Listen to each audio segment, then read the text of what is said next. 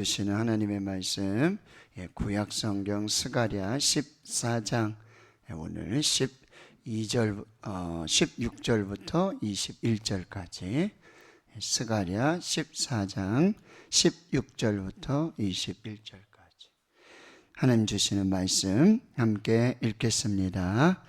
예루살렘을 치러 왔던 이방 나라들 중에 남은 자가 해마다 올라와서 그 왕 만군의 여호와께 경배하며 초막절을 지킬 것이라.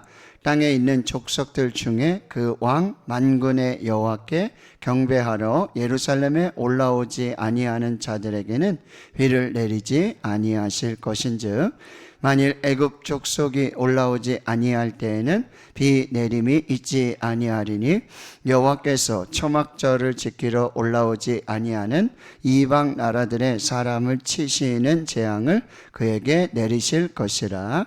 애굽 사람이나 이방 나라 사람이나 초막절을 지키러 올라오지 아니하는 자가 받을 벌이 그러하니라. 그날에는 말 방울에까지 여호와께 성결이라 기록될 것이라. 여호와의 전에 있는 모든 솥이 제단 앞 주발과 다름이 없을 것이니, 예루살렘과 유다의 모든 솥이 만군의 여호와의 성물이 될 것인즉, 제사 드리는 자가 와서 이 솥을 가져다가 그것을 고길에 삼으리라. 그 날에는 만군의 여호와의 전에 가나안 사람이 다시 있지 아니하리라. 아멘. 스가랴서 이제 14장 마무리가 되어집니다. 이 마무리의 핵심은 뭐냐면, 어제 9절에도 말씀드렸지만 여호와 하나님께서 천하의 왕이 되신다라고 하는 거예요. 만왕의 왕, 절대 주권과 유일하신 그 주권을 가지고 모든 나라와 모든 민족을 통치하신다라고 하는 것입니다. 그리고 그 왕 대신 하나님의 통치를 거부하고 하나님의 다스림을 거부하는 그들에게는 하나님께서 반드시 공의로운 심판을 하신다라는 핵심의 말씀이에요. 자, 오늘 16절의 말씀에 보면 이제 놀라운 이 반전의 이야기가 진행되는데, 예루살렘을 치러 왔던 이방 나라들 중, 그러니까 예루살렘을 치러 왔던 애굽이라든지 또 아수르 그리고 바벨론이라든지 이런 이방 나라들이 이제는 그 천하의 왕이 되시고 만군의 왕이 되신 여호와 하나님께 해마다 올라와서, 여기 보시면 그 왕 만군의 여호와, 그 왕 만군의 여호와, 그 하나님께 경배하며 초막절을 지키는 역사들이 나타나게 될 것이다 라고 하는 거예요. 여러분, 이 하나님은 우리가 모든 만왕의 왕이 되시고 모든 민족의 왕이 되어주시고 통치하시고 다스리는, 그래서 모든 나라와 모든 족속에 예배를 받으시고 경배 받으시기에 합당하신 분이라는 거예요. 하나님은 천지를 창조하신 분이고 지금도 우주 만물을 다스리시고 그리고 모든 역사를 주관하시는 하나님이에요. 그러니까 꼭 이스라엘만, 이 하나님을 믿는 그런 사람들만 하나님을 믿는 거냐. 여러분, 하나님은 모든 신들 위에 가장 최고의 유일하신 홀로 한 분이시고 홀로 하나이신, 예배 받으시기에 합당하신, 예배를 받으시기에 합당하신 그분이 바로 하나님이라는 거예요. 하나님을 믿지 않든 여러분, 모든 이 세상을 창조하시고 다스리시는 분은 하나님이신 거예요. 그러니까 그 하나님은 모든 나라와 모든 민족, 모든 백성에게 경배 받으시고 예배 받으시기에 합당하신 거다. 그리고 특별히 초막절을 지킨다라고 그러잖아요. 여러분, 초막절은 이스라엘이 지키는 3대 절기의 또 핵심이에요. 6월절, 그리고 7.7절 오순절이라고도 하고요. 그리고 이 초막절, 가을에 장막절, 모든 추수를 다 마치고 하나님께 감사하는, 그리고 특별히 이 시대는 뭐죠? 출애굽한 이스라엘 백성들이 40년의 광야를 지나오는데 하나님이 인도해 주셨고 하나님이 보호해 주셨고 하나님이 다스려 주셨고 하나님이 생명을 주셨고 역사하신 그 은혜를 뭐요? 초막을 짓고 그 하나님의 은혜를 감사하는 절기가 뭐요? 초막절이라고 한다는 거예요. 지금 우리가 이야기하는 뭐 추수감사절이라든지 그렇죠? 1년에 모든 대감사로 드리는 이 초막절을 지키게 될 것이다. 즉 이제 여기에 핵심은 뭐죠? 스가랴 선지자를 통해서 하시는 핵심은 그 날이 올 것이다. 이제 여호와의 날이 올 것이다. 하나님이 왕으로 통치하시는 그 날이 올 것이다. 결국 궁극적으로 지금 스가랴 선지자 하는 얘기는 이제 메시아가 오실 것이다. 예수 그리스도께서 오실 것이다. 예수 그리스도께서 오셨죠? 십자가에서 죽으셨어요. 부활하셨어요. 승천하셨어요. 다시 오실 그날에는 모든 나라가 하나님을 예배하고 예수 그리스도를 경배하고 그 하나님을 영광 돌리는 그날이 오게 될 것이다. 여호와의 날, 그날 모든 민족, 모든 나라가 하나님을 예배하고 하나님께 감사하는 그 놀라운 역사가 회복될 것이다 라고 말씀하세요. 그래서 예루살렘을 대적했던 그 모든 나라, 그 모든 사람들 중에 살아남은 자들이 만군의 하나님을 여호와하고 그 왕 만군의 여호와를 경배하고 초막절을 지키는 그런 역사를 보게 될 것이고, 바로 이 초막절, 애굽에서 구원해 주시고 가나안 땅에 풍성한 수확을 주신 하나님께 감사하는 그 절기를 지키는 역사들이 일어나게 될 것이다. 참 꿈같은 이야기죠. 지금 모든 나라, 모든 민족, 모든 백성이 하나님을 예배하고 하나님께 감사하고 그 구원을 찬양하는, 여러분 우리가 소망하면서 믿음으로 이 날들을, 이 주님 다시 오실 때 이루어질 이 하나님의 나라, 이것들을 꿈꾸며 오늘도 우리는 기도하게 되어지는 거예요. 자, 17절에 보세요. 땅에 있는 족속들 중에 그 왕 만군의 여호와께 경배하러, 그렇게 올라오는데 이 예루살렘에 올라오지 아니하는 자들에게는 비를 내리지 않아요. 여러분 추수를 해야 되는데 이 추수를 위해서 꼭 필요한 것이 뭐죠? 물이에요. 비예요. 그건 생명의 근원이죠. 그러면 꼭 예배하는 사람들만 하나님께서 은혜를 주시고 그 예배하지 않는 나라 민족들은 비를 끊으셔가지고 그렇게 멸망시키고, 그 얘기가 아니에요. 여러분 제가 말씀드렸잖아요. 하나님은 창조주.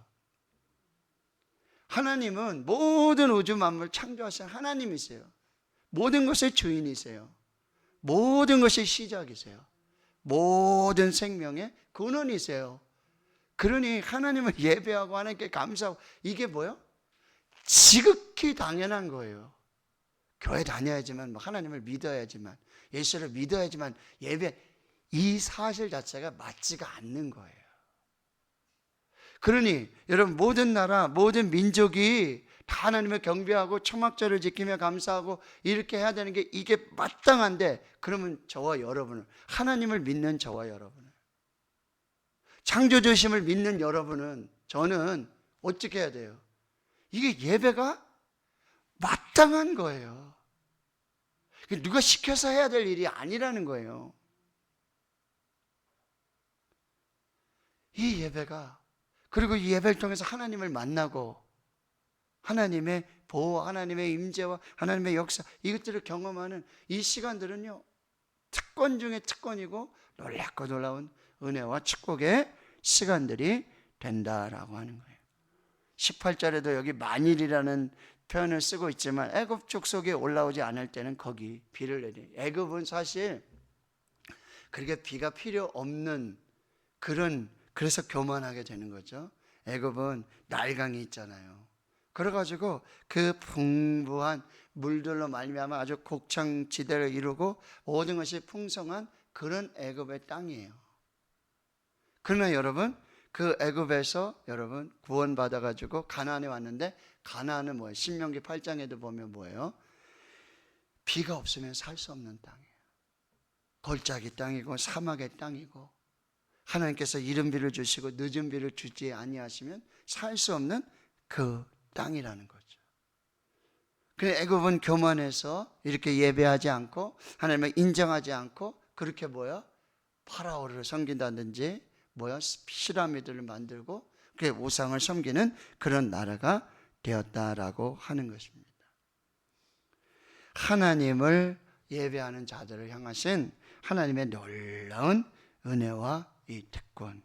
그래서 여러분, 로버트 웬버그라고 하는 신학자가 있는데 이분이 기도해 보라고 뻔한 대답 말고 라고 하는 책 제목이 이상하죠. 기도해 보라고 뻔한 대답 말고. 거기에서 예배를 이야기해요. 예배. 어떻게 예배를 얘기하면 여러분, 예배는 여러분 우리가 세상으로 비유해봤을 때 내가 먹고 즐기고 마시는 파티라든지 공연이라고 생각하는 많은 사람들이 있어요. 그래서 예배 와서 뭐야? 대접을 받으려고 그래요. 이 조명이 왜 이래? 음향이 왜 이래? 시설이 왜 이래? 왜 이래 예배가? 예배를 드리러 와서 자기가 마치 어떤 파티를 가서 내가 먹고 즐기고 공연을 가서 돈 내고 공연 보는 것처럼 뭔가를 좀 원하는 그런 예배를 원하는 사람이 너무 많다라고 하는 거예요.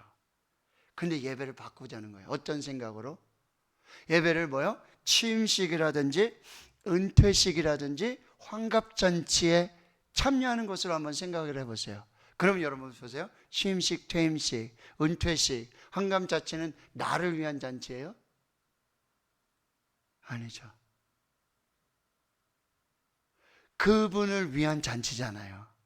퇴임하실 때, 은퇴하실 때, 환갑잔치 할 때, 여러분 바로 나의 재미가 아니라 나의 유익이 아니라 나의 어떤 기쁨이 아니라 그분을 위한 잔치라는 거예요.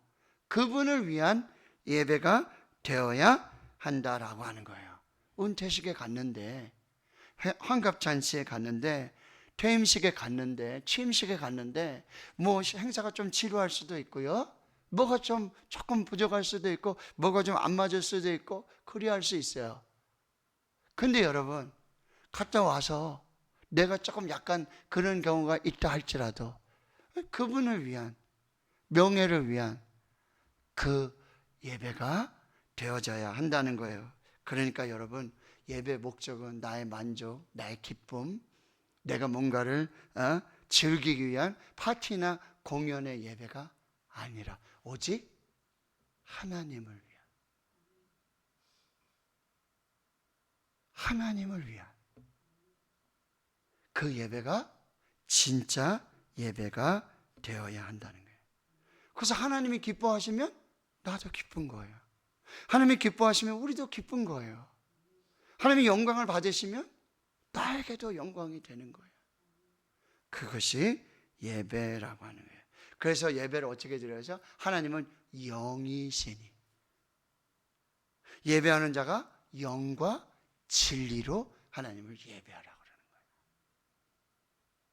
그리고 너희 몸이 하나님이 받으시는 기뻐하시는 거룩한 산 제물로 드리는 예배가 돼야 돼요. 제물은요 나를 위한 제물이 아니에요. 제물은 온전히 그 제물을 받으시는 분이 기준이에요.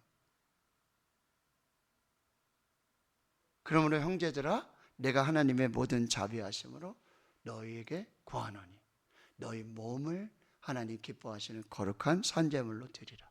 너희가 드릴 영적 예배니라. 합당한 예배리라. 이게 맞는 예배다. 너희 몸을 거룩한 산제물로 드리라 라고 한다는 거예요. 그러니 이거는 목사님 뭐 꼭 예배를 드려야 복을 받고 예배 안 드리면 하나님 비를 안 주신다고 그러고 이건 좀 너무 그런 거 아니에요? 그게 아니라 우리가 예배를 드리는 게 지극히 마땅한 거예요. 지극히 합당한 거예요. 창조주이신 하나님, 여기 뭐요? 만군의 여호와 그리고 천하의 왕이 되시는 그 하나님께 예배드림이 지극히 마땅한 거예요. 나의 기쁨과 나의 만족, 내가 즐기기 위한 어떤 퍼포먼스나 파티나 그것을 위한 예배가 되지 않아야 한다는 거예요. 오직 그분만을, 오직 하나님만을 위한 그런 예배가 되어야 한다는 거예요. 자, 20절에 보면 그날에는 그렇게 예배가 회복되는 모든 나라가, 모든 민족이 하나님을 예배하는 그날에는 말 방울에까지 여호와께 성결이라 기록될 것이다. 여러분, 말은 어때요? 애굽의 말들, 특별히 이 군사용 말이잖아요. 병거에 쓰는 그런 말들이잖아요. 세상의 그 권력, 세상의 힘, 이것을 의미할 수 있겠죠. 근데 그 말의 방울까지도 뭐예요? 그것까지도 하나님께 성결한, 이 여호와께 성결이라는 건 제사장의 옷을 다 입고는요, 그렇죠? 머리에 관을 쓰잖아요. 근데 그 관 전면에 딱 뭐예요? 여호와께 성결. 이거 뭐 제사장이 다 거룩하게 하나님께 구별이 되었다라고 하는 거예요. 하나님께 드림이 되었다라고 하는 거예요. 그 말의 방울까지도 모든 것이 다 하나님 앞에 거룩하게 되어진다는 거예요. 그래서 여러분, 예수님은 하나님은 우리에게 늘 하시는 말씀, 레위기에 하시는 말씀이 뭐예요? 너는 부자가 되라, 너는 힘이 있어라, 너는 권세를 가져라, 명예를 가져라, 이렇게 하지 않으세요. 내가 거룩하니 너희도 거룩하라. 그리고 출애굽기 19장의 5절과 6절에 하시는 말씀이에요. 시내산에서 딱 언약을, 율법을 세우시기 전에 하시는 말씀이, 너희는 내게 제사장 나라가 되고 거룩한 백성이 되게 하기 위해서 너희를 택했다는 거예요. 베드로전서 2장 9절에요. 너희는 왕같은 제사장 나라, 거룩한 나라요, 그의 소유된 백성이니 이는 너희를 어두운 데서 불러내어 그의 귀한 빛에 들어가게 하신 자의 아름다운 덕을 선전하게 하려 함이니라. 다시 20절에 보면 여호와의 전에 있는 모든 솥, 여호와의 전에 있는 모든 솥이 제단 앞 주발과 다름이 없을 것이다. 여러분, 이 솥과 이 하나님의 제단에 드리는 이 주발, 이 모든 것이 모두 다 거룩하다는 거예요. 이건 거룩하고 이건 거룩하지 않고 이런 개념이 아니라 모두가 다 여호와께 거룩한 역사들이 나타나고, 21절에 예루살렘과 유다의 모든 솥이 만군의 여호와의 성물이 될 것이고 제사 드리는 자들이, 예배 드리는 자들이 와서 그 거룩한 솥을 가져다가 하나님께 드릴 예배에 드리게 되고요. 그날에는 만군의 여호와의 전에 가나안 사람이 다시 있지 아니하리라. 이 가나안 사람들은 꼭 이방인들을 얘기하는 그 의미도 있을 수 있지만 뭐예요? 이 성전을 강도의 구렬로 바뀌는, 예수님이 이 성전을 청결하게 하시잖아요. 만민이 기도하는 이 집, 내 집, 하나님의 집, 이 집을 뭐예요? 강도의 구렬로 만들었다 그러잖아요. 거기에 성전에서 매매하고 돈으로 재물 가지고 장사하고 이러는 이 모든 것은 이제 뭐예요? 다 끊어지게 하시겠다라고 하는 거예요. 그러니까 오직 하나님만을 뭐예요? 예배하는 장소, 오직 하나님께 기도하는 장소, 하나님의 말씀이 선포되는 장소, 하나님의 축복이 선포되는 장소, 그 거룩한 하나님의 백성들, 제사장들이 하나님 앞에 서게 되는 그곳, 바로 그것이 뭐예요? 성전이 되어야 된다, 이렇게 말씀하고 있다라고 하는 거죠. 자, 우리는 이런 예배를 꿈꾸고 이런 성전을 꿈꾸고 그리고 이렇게 거룩한 하나님의 백성들을 꿈꾸며 기도하며 스가랴서의 말씀을 마치게 되어집니다. 좀 우리하고는 좀 상관없는 스가랴, 소선지자, 이렇게 읽기 어려운 그런 부분이었지만 우리는 이렇게 생명의 삶을 통해서 여러분 신약과 구약의 말씀들을 아주 골고루 이렇게 말씀을 또 묵상하는 그 은혜가 있습니다. 그래서 또 오늘 10월의 마지막 날인데 스가랴 14장까지 한번 읽어보시는 것도 여러분 30분이면 충분합니다. 차분하게 말씀을 또 한번 그동안 새벽에 들었던 말씀들을 기억하면서 한번 묵상하시고 정리해 좋으실 것 같고요. 이제 11월에는 우리 다니엘 기도회가 시작되고요. 새벽 예배는 그대로 드리지만 우리가 저녁에 다니엘 기도회 조금